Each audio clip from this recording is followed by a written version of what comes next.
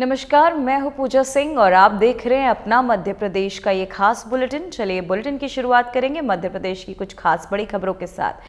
तो वहां एक खबर सामने आ रही है जहां सीएम मोहन यादव का रतलाम उज्जैन दौरा, करोड़ों की सौगात देंगे सीएम मोहन यादव। रतलाम में संघ शताब्दी सभागार का लोकार्पण करेंगे, उज्जैन में इंगोरिया उन्हें मार्ग का वहीं भूमि पूजन करेंगे सीएम। साथ ही स्थानीय कई कार्यक्रमों में सीएम होंगे शामिल। तो वहीं आपको बताते चले स्थानीय कई कार्यक्रमों में शामिल भी होंगे सीएम मोहन यादव का रतलाम उज्जैन दौरा है जो एक बेहद खास बताया जा रहा है। साथ ही सीएम मोहन यादव का ये रतलाम दौरा जहां आपको बताते चले कई कार्यक्रमों में शामिल होंगे, करोड़ों की सौगात देते नजर आएंगे। रतलाम में संघ शताब्दी सभागार आयोजन जहां आपको बताते चले भूमि पूजन भी करते नजर आएंगे सीएम। स्थानीय कई कार्यक्रमों में सीएम शामिल भी होंगे। साथ ही आपको बताते चले कई चीजों को जायजा भी लेंगे और अधिकारियों से बातचीत करते भी नजर आएंगे। कई अहम मुद्दों पर सीएम मोहन यादव का ये खास दौरा जहां भूमि पूजन करेंगे सीएम। साथ ही स्थानीय कई कार्यक्रमों में सीएम शामिल भी होंगे। वहीं उज्जैन के इंगोरिया में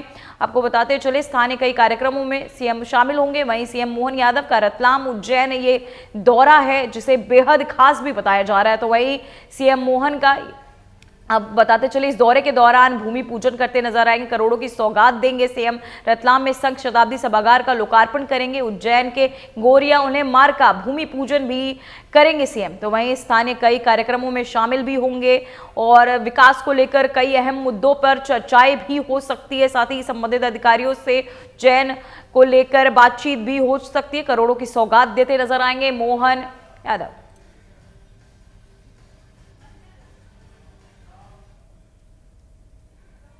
सीएम मोहन यादव का रतलाम उज्जैन दौरा है जहां करोड़ों की सौगात भी देंगे सीएम। वहीं आपको बताते चले रतलाम में संघ शताब्दी सभागार का लोकार्पण करते नजर आएंगे सीएम। वहीं आपको बता दें कि उज्जैन में इंगोरिया उन्हें मार्ग का भूमि पूजन भी करेंगे सीएम। वहीं स्थानीय कई कार्यक्रमों में सीएम शामिल भी होते नजर आएंगे। तो वहीं आपको बताते चले उन्हें मार्ग का भूमि पूजन भी करेंगे सीएम। साथ ही आपको बताते चले स्थानीय कई कार्यक्रमों में सीएम शामिल भी होंगे जहां कई बड़ी सौगातें देते नजर आएंगे। तो वहीं आपको बताते चले कई बड़ी सौगातें भी मिलेंगी। तो वहीं खबर करें आपको बताते चले उज्जैन में श्री कृष्ण गुरुकुल यात्रा का स्वागत भव्य रूप से किया गया। इस अवसर पर संदीपनी आश्रम में धर्म सभा आयोजित की गई जिसमें उपस्थित लोगों को धार्मिक और सांस्कृतिक संदेश दिए गए। मुख्यमंत्री डॉक्टर मोहन यादव ने वीडियो कॉन्फ्रेंसिंग के माध्यम से सभा के वर्चुअली जुड़कर कार्यक्रम का महत्व बताया और श्रद्धालुओं को संबोधित भी किया। उन्होंने कहा कि इस तरह की यात्राएं और धर्म सभाएं संस्कृत, धर्म और शिक्षा को बढ़ावा देती हैं। तो वहीं उज्जैन में गुरुकुल यात्रा का स्वागत किया गया जहां संदीपनी आश्रम में धर्म सभा आयोजित हुए जहां बढ़ चढ़कर लोग हिस्सा लेते नजर आए। साथ ही श्रद्धा का भाव भी देखने को मिला। वहीं एक सांस्कृतिक संदेश भी दिया। तो वहीं आपको बताते चले संदीपनी आश्रम में जनसभा आयोजित की गई जहां बढ़ चढ़कर लोगों ने हिस्सा लिया।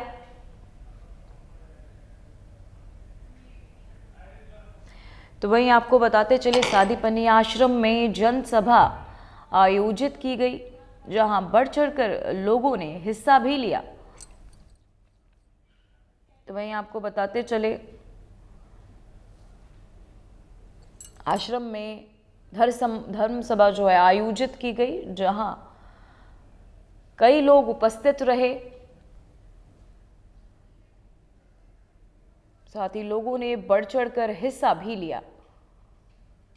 तो मैं आपको बताते चले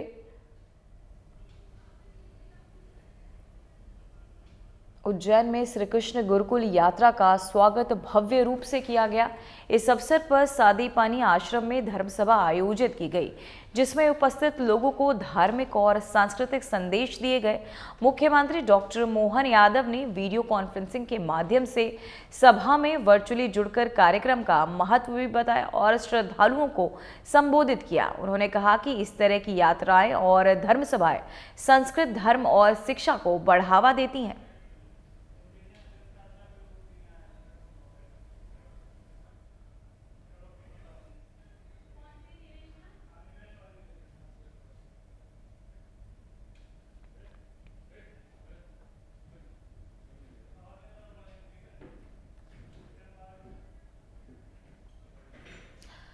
तो वहीं एमपी को मिले 7,04,100 आपको बता दें 4,300 करोड़ के निवेश प्रस्ताव। जहां मुंबई में आयोजित सेशन में मिले निवेश प्रस्ताव, वहीं आपको बताते थे रिन्यूएबल एनर्जी सेक्टर में 19,900 करोड़, साथ ही अन्य सेक्टर्स में भी 5,04,400 करोड़ के निवेश प्रस्ताव दिए गए।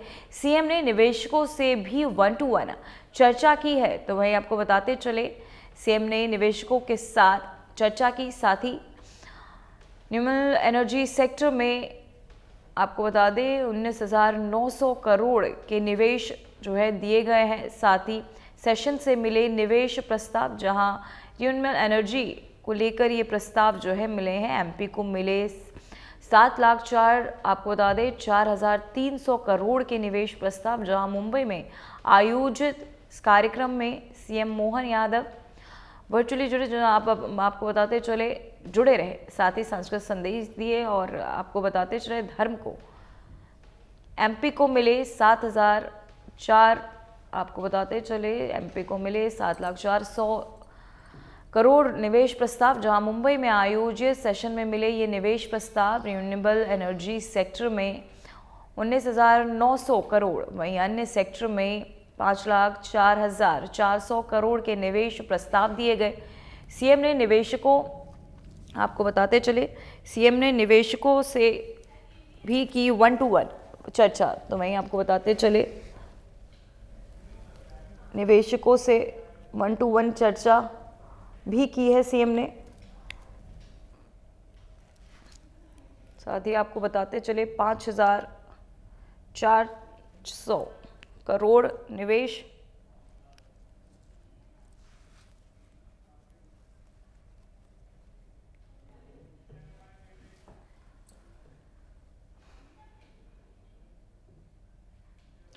तो वहीं करवा चौथ के पावन अवसर पर मुख्यमंत्री मोहन यादव ने सभी माताओं और बहनों को हार्दिक बधाई दी। उन्होंने ट्वीट कर कामना की कि ये पर्व सभी महिलाओं के जीवन में प्रेम, विश्वास और अखंड सौभाग्य लाए, साथ ही उनके जीवन में सुख, समृद्धि और स्वास्थ्य का दीप सदा जलता रहे।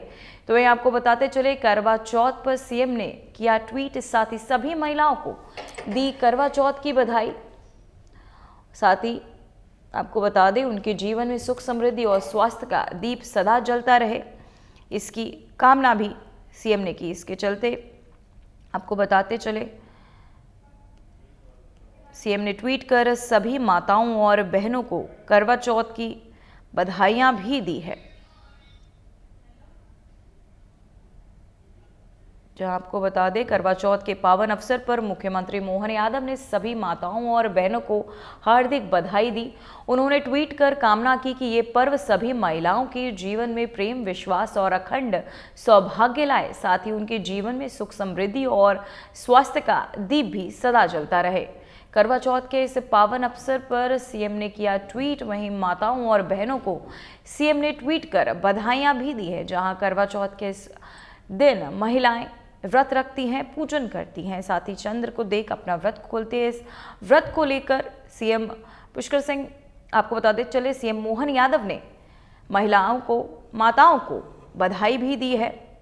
और साथ ही आपको बताते चले सीएम का महिलाओं के लिए ये खास संदेश, जहां सीएम मोहन यादव ने महिलाओं को ट्वीट कर करवा चौथ की बधाइयां भी दी हैं।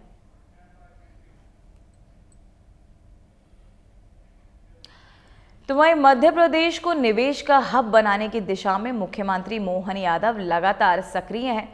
मुंबई में आयोजित interactive session on investment opportunities in Madhya Pradesh में उन्होंने उद्योगपतियों और निवेशकों को राज्य की संभावनाओं से परिचित कराया और बताया कि कैसे मध्य प्रदेश अब एक नए औद्योगिक युग में प्रवेश कर रहा है। महाराष्ट्र की आर्थिक राजधानी मुंबई में मध्य प्रदेश के मुख्यमंत्री डॉक्टर मोहन यादव ने निवेशकों के साथ एक इंटरैक्टिव सत्र में हिस्सा लिया। वही कार्यक्रम का उद्देश्य था मध्य प्रदेश में निवेश के अवसरों को प्रस्तुत करना और उद्योगपतियों को राज्य की नई नीतियों से अवगत कराना। वहीं मुख्यमंत्री ने कहा, महाराष्ट्र और मध्य प्रदेश का ऐतिहासिक और मजबूत संबंध रहा है और अब दोनों राज्यों के बीच औद्योगिक सहयोग और तेजी से आगे बढ़ रहा है।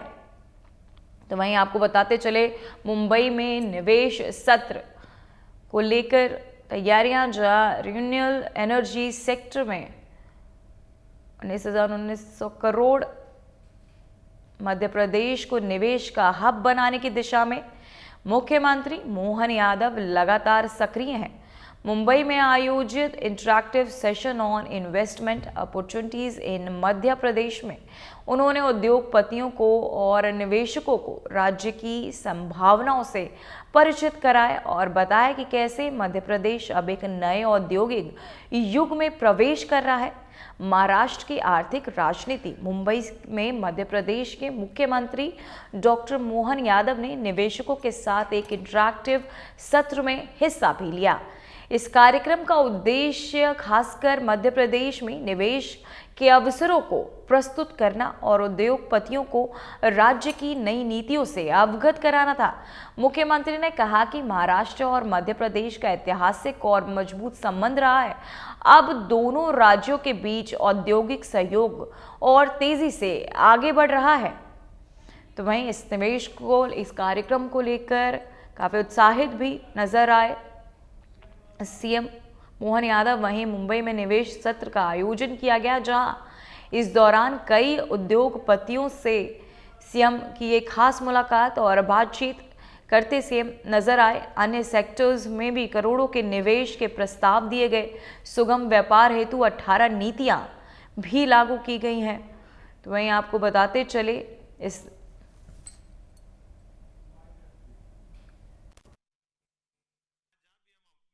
इंडस्ट्रियल पार्क सबसे तेज गति से निवेश आ रहा है, क्योंकि हमारी सरलीकृत व्यवस्था एक तरह से बिजनेस को अनुकूल बनाने के लिए वो सारी बातें मूल रूप से मैंने अपने मंत्रालय के सब काम तो सबको बांटे हैं, लेकिन आज मोदी जी के नेतृत्व में भारत अगर चौथी अर्थव्यवस्था से तीसरी तरफ जा रहा है और भविष्य के 47 की तरफ बढ़ना पड़ेगा, तो सभी राज्य सरकारों को कमर कस के आगे आना पड़ेगा। तो हमने भी कहा सब विभाग दे सकता हूं, लेकिन उद्योग विभाग मुख्यमंत्री रखेगा ताकि सरलता से काम कर सके, उसमें संवाद हो सके। क्योंकि जब हम अच्छा काम करने जाएंगे तो एक अवसरों को, ये बात सही है कि उद्योगपति अपने व्यापार व्यवसाय को बढ़ाना चाहते हैं, लेकिन बढ़ाने के साथ वो सुव्यवस्था भी चाहते हैं। अव्यवस्था से व्यापार नहीं बढ़ता है, अव्यवस्था से परेशानी बढ़ती है, और सुव्यवस्था की तरफ बढ़ते हैं तो वो उसमें बात का भी पक्का होना चाहिए, काम का भी पक्का होना चाहिए और व्यवस्थाओं के भी पक्के होना चाहिए। सरकार के बलबूते पर हम अगर कोई काम करने जा रहे हैं तो समयबद्ध से सुशासन की नीतियों के बलबूते पर, लेकिन हमने कहा हमारी पॉलिसियां तो है ही। देश के संदर्भ में भी बोलना चाहूंगा, आज बदलते दौर में ये हमारे लिए गया जमाना कि हमारे पास केवल कहीं अपना बंदरगाह हो तो व्यापार व्यवसाय करेंगे। अब तो एयर कार्गो का जमाना आ गया है और मध्य प्रदेश अपने सभी प्रकार की नीतियों के बलबूते पर व्यापार व्यवसाय को बढ़ाने के लिए जो जरूरी है, ऐसी 18 प्रकार की नीतियां हमारे पीएस ने अभी आपके सामने रखी है। और जो सरलता से करने वाली बातें हैं, कई प्रकार की अच्छी बातें, जैसे हमारे पास सबसे बड़ा लैंड बैंक भी है और लैंड बैंक के साथ बिजली भी सरप्लस है। मुझे इस बात की प्रसन्नता के पूरे देश के अंदर सबसे सस्ती बिजली कहीं से दे रहे हैं तो मध्य प्रदेश से दे रहे हैं, हमें इस बात का आनंद भी है। इस बात के लिए एक बड़ा भविष्य की संभावना वाला सेक्टर है। कोई एक सेक्टर हो तो बात समझ में आती, अभी तो ये डिसाइड करना मुश्किल है कि अब हम कौन कौन से सेक्टर में जाएं। रहेजा जी से मैं पूछ रहा था कि कौन कौन से सेक्टर में हो, तो आपने कहा आईटी से लगा कर रियल एस्टेट तक, और अब तो आने वाले समय में हमारे रक्षा उत्पादनों के लेकर के कितनी प्रकार की संभावना कहां से खुल रही है। और ये प्रत्येक क्षेत्र हमको अपने कामों को बढ़ाने के लिए बुला रहे हैं। मैं मध्य प्रदेश के संदर्भ में भी बोलना चाहूंगा, आज बदलते दौर में ये हमारे लिए गया जमाना कि हमारे पास केवल कहीं अपना बंदरगाह हो तो व्यापार व्यवसाय करेंगे। अब तो एयर कार्गो का जमाना आ गया है और मध्य प्रदेश अपने सभी प्रकार की नीतियों के बलबूते पर व्यापार व्यवसाय को बढ़ाने के लिए जो जरूरी है, ऐसी 18 प्रकार की नीतियां हमारे पीएस ने अभी आपके सामने रखी है। और जो सरलता से करने वाली बातें हैं, कई प्रकार की अच्छी बातें, जैसे हमारे पास सबसे बड़ा लैंड बैंक भी है और लैंड बैंक के साथ बिजली भी सरप्लस है। मुझे इस बात की प्रसन्नता कि पूरे देश के अंदर सबसे सस्ती बिजली कहीं से वो दे रहे हैं तो मध्य प्रदेश से दे रहे हैं। हमें इस बात का आनंद भी है। इस बात के लिए एक बड़ा भविष्य की संभावना वाला सेक्टर है। तो वहीं छिंदवाड़ा में कोल्ड ड्रिप सिरप से हुई मौतों के मामले में जिम्मेदारों पर शिकंजा कसना शुरू हो गया है। श्रीसन फार्मा के मालिक रंगनाथन, जिन्हें तमिलनाडु से गिरफ्तार किया गया था, जो आपको बता दें को मध्य प्रदेश पुलिस नागपुर लेकर आई है। नागपुर हवाई अड्डे पर औपचारिक कार्यवाही पूरी करने के बाद अब आरोपी को सड़क मार्ग से छिंदवाड़ा लाया जा रहा है, जहां उससे पूछताछ की जाएगी। इससे पहले सरकार ने इस पूरे मामले की जांच के लिए एसआईटी गठित की थी और मुख्यमंत्री ने आश्वासन दिया था कि दोषियों को किसी भी कीमत पर बख्शा नहीं जाएगा। जहां कोल्ड ड्रिप मामला तूल पकड़ता नजर आया, साथ ही पक्ष विपक्ष के ऐसे आरोप भी सामने आए, जहां इस पर सरकार ने एसआईटी भी गठन की, जिसके चलते कई आरोपी को गिरफ्तार भी किया जा रहा। कई मेडिकल स्टोरों के लाइसेंस तक रद्द किए गए। तो वही कोल्ड ड्रिप कांड में ये बड़ी कार्यवाही जो है देखने को मिली, जहां आपको बताते चले श्रीसन फार्मा के मालिक रंगनाथन, जिन्हें तमिलनाडु से पुलिस ने अब गिरफ्तार कर लिया, साथ ही उन्हें नागपुर लाके अब आगे की कार्यवाही और पूछताछ की जाएगी। तो वहीं छिंदवाड़ा में कोल्ड ड्रिप सिरप से हुई मौतों के मामले में जिम्मेदारों पर शिकंजा कसना शुरू हो गया है। श्रीसन फार्मा के मालिक रंगनाथन, जिन्हें तमिलनाडु से गिरफ्तार किया गया था, को मध्य प्रदेश पुलिस अब नागपुर लेकर आई है। नागपुर हवाई अड्डे पर औपचारिक कार्यवाही पूरी करने के बाद अब आरोपी को सड़क मार्ग से छिंदवाड़ा लाया जा रहा है, जहां उससे पूछताछ भी की जाएगी। इससे पहले सरकार ने इस पूरे मामले की जांच के लिए एसआईटी गठित की थी और मुख्यमंत्री ने आश्वासन दिया था कि दोषियों को किसी भी कीमत पर बख्शा नहीं जाएगा। तो वहीं कोल्ड ड्रिप कांड में ये बड़ी कार्यवाही सामने आई है, जहां पुलिस का सख्त एक्शन, साथ ही आपको बताते चले श्रीसन फार्मा मालिक को भी गिरफ्तार कर लिया है। जहां ये मामला तूल पकड़ता नजर आया, सरकार भी सख्ती से इसकी गहन जांच में आपको बताते चले लगातार निगरानी रख रही है। एसआईटी का गठन किया गया।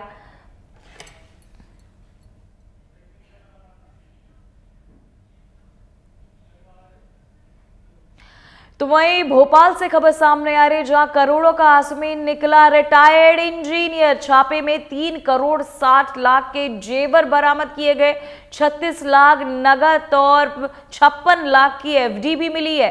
पाइप फैक्ट्री और फार्म हाउस के भी दस्तावेज मिले। वहीं लोकायुक्त टीम ने 4 जगह की थी छापेमारी, जहां आपको बताते चले 36 लाख नगद और आपको बताते चले पाइप फैक्ट्री और फार्म हाउस भी मिले हैं, जिसके तहत आपको बताते चले लोकायुक्त की टीम ने गुरुवार को राजधानी भोपाल में एक रिटायर्ड इंजीनियर के ठिकानों पर छापेमारी कर काले धन का बड़ा जखीरा बरामद किया। जहां सामने आया कि आरोपी इंजीनियर करोड़ों की संपत्ति का मालिक था। छापेमारी के दौरान टीम को 3 करोड़ 60 लाख रुपए के जेवरात, 36 लाख रुपए नगद और 56 लाख रुपए की फिक्स डिपॉजिट एफडी के दस्तावेज भी मिले हैं।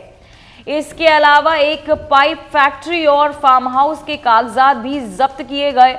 लोकायुक्त की टीम ने भोपाल समेत 4 ठिकानों पर एक साथ छापेमारी की और कार्यवाही शुरू की। शुरुआती जांच में पता चला कि रिटायर्ड इंजीनियर की आय से कई दुगना अधिक संपत्ति है। लोकायुक्त अधिकारी के अनुसार आपको बताते चले जब्त की गई संपत्ति का मूल्यांकन किया जा रहा है। आगे की पूछताछ जारी और मामले में आरोपी इंजीनियर को आपको बताया जा रहा है। जहां आपको बताते चले लोकायुक्त की टीम ने राजधानी भोपाल में एक रिटायर्ड इंजीनियर के ठिकानों पर छापेमारी कर काले धन का बड़ा जखीरा बरामद किया। जांच में सामने आया कि आपको बताते चले छापे में 36 लाख नगद और 56 लाख की एफडी भी मिली है।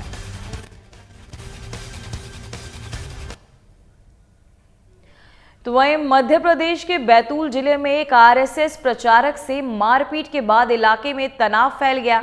पुलिस ने स्थिति पर काबू पाने के लिए 5 आरोपियों को गिरफ्तार किया और मुल्ताई क्षेत्र में भारी पुलिस बल तैनात कर दिया गया। स्थानीय सूत्रों के अनुसार 2 समुदायों के बीच झड़प के दौरान कुछ लोगों ने तोड़फोड़ और आगजनी भी की। पुलिस ने अधिकारियों से जनता से शांति बनाए रखने की अपील की और कहा कि कानून अपने पूरे ढंग से लागू होगा। तो वहीं खबर बैतूल से आ रही है, जहां आपको बताते चले बैतूल में आरएसएस प्रचारक से ये मारपीट का मामला, जहां मौके पर पहुंची पुलिस ने दोनों पक्षों को शांत कराया। साथ ही इसके चलते इलाके में तनाव भी देखने को मिला, जहां दो समुदाय आपस में भिड़े। पुलिस ने स्थिति पर काबू पाने के लिए 5 आरोपियों को गिरफ्तार भी किया है। तो यहां आपको बताते चले, मध्य प्रदेश के बैतूल जिले में आरएसएस प्रचारक से मारपीट का ये पूरा मामला सामने आया।